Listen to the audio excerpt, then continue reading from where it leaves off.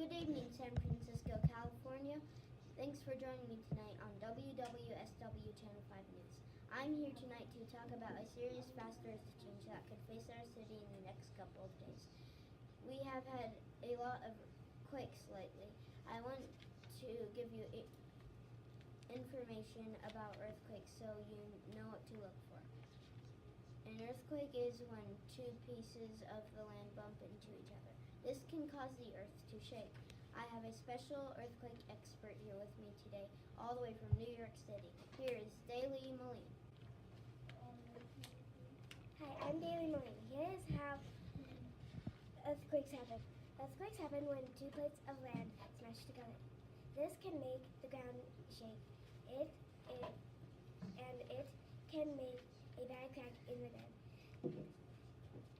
Did you know earthquakes happen every day?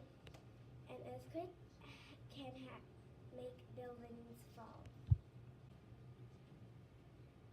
This is just in from San Francisco, CA. There has been an earthquake measuring 9.5 on the Richter scale.